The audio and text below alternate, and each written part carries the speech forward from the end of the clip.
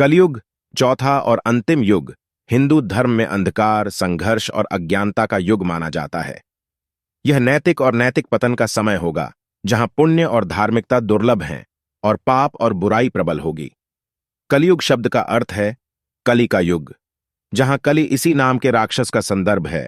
हिंदू पौराणिक कथाओं के अनुसार ब्रह्मांड 4 अलग अलग चक्रों या युगों से गुजरता है। ये चक्र हैं सत्य युग, त्रेता युग, द्वापर युग और कली युग। 4 युग मिलकर एक महायुग या महान युग बनाते हैं। जो सत्य युग, पहला और सबसे लंबा युग, धार्मिकता, सत्य और सदाचार से पहचाना जाता है। इस युग में लोग शुद्ध हृदय वाले और द्वेष से मुक्त होते हैं और उनके कार्य नैतिक और नैतिक सिद्धांतों द्वारा निर्देशित होते हैं।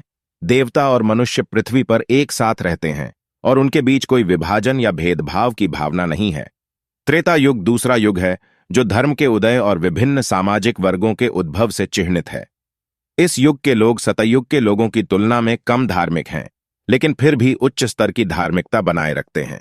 द्वापर युग तीसरा युग नैतिकता और सदाचार में और गिरावट देखता है। इस उम्र में लोग लालच, अहंकार और अन्य नकारात्मक गुणों से ग्रस्त होते हैं। सामाजिक विभाजन और अधिक स्पष्ट हो जाते हैं। कलयुग अंतिम युग सभी युगों में सबसे अंधकारमय और सबसे चुनौतीपूर्ण माना जाता है। प्राचीन हिंदू ग्रंथ महाभारत में कलयुग के लक्षणों का वर्णन इस प्रकार किया गया है। बीमारियां, सुस्ती, क्रोध, प्राकृतिक आपदाएं, पीड़ा, अभाव का भय, शासकों का भय, चोरों का भय और राष्ट्रों के बीच भय, ये सभी कलयुग के दौरान दिखाई देंगे। लोग शराब, मांस और अन्य नशीले पदार्थों के आदी हो जाएंगे। यौन भोग अनियंत्रित हो जाएगा और पारिवारिक मूल्यों में गिरावट आएगी। लोग बेईमान हो जाएंगे और उनके काम झूठे हो जाएंगे। लोग बेईमान, स्वार्थी और लालची हो जाते हैं और उनके कार्य आध्यात्मिक सिद्धांतों के बजाय भौतिकवादी इच्छाओं द्वारा निर्देशित होते हैं। परिवार इकाई, जो समाज की नींव है, कलयुग के दौरान महत्वपूर्ण पतन से ग्रस्त है। तलाक की दर में वृद्धि हुई है और लोग अधिक आत्म केंद्रित हो गए हैं, जिससे पारिवारिक रिश्ते टूटने लगे हैं। कलयुग में अपराध और हिंसा में वृद्धि देखी गई है।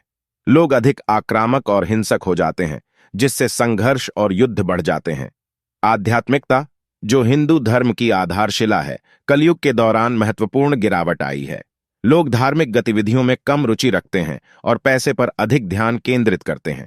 इससे परमात्मा के साथ संबंध खत्म हो जाता है और धार्मिक अनुष्ठानों और परंपराओं के अभ्यास में गिरावट आती है। कलयुग की विशेषता झूठे भविष्यवक्ताओं और नेताओं के उद्भव से भी है, जो व्यक्तिगत लाभ के लिए लोगों के डर और कमजोरियों का फायदा उठाते हैं।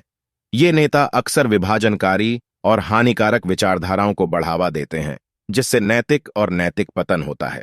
कलयुग के दौरान प्राकृतिक जगत भी पीड़ित होगा। लोग पर्यावरण के प्रति अधिक लापरवाह हो जाते हैं, जिससे प्रदूषण और संसाधनों की कमी हो जाती है। कलयुग में रोगों और बीमारियों में वृद्धि देखी जाएगी, जो अक्सर लोगों के अस्वस्थ जीवन और आदतों का परिणाम होती है। कलयुग में मनुष्य की आयु भी कम हो जाती है। हालांकि कलयुग को अक्सर हिंदू पौराणिक कथाओं में एक अंधेरे और नकारात्मक समय के रूप में देखा जाता है। यह समकालीन समाज में नैतिक और नैतिक मूल्यों के महत्व की याद दिलाने के रूप में भी काम कर सकता है। कलयुग का विचार लोगों को शांति और समानता के लिए प्रयास करने के लिए भी प्रोत्साहित कर सकता है। हालांकि इसे अक्सर एक अंधकारमय और नकारात्मक समय के रूप में देखा जाता है।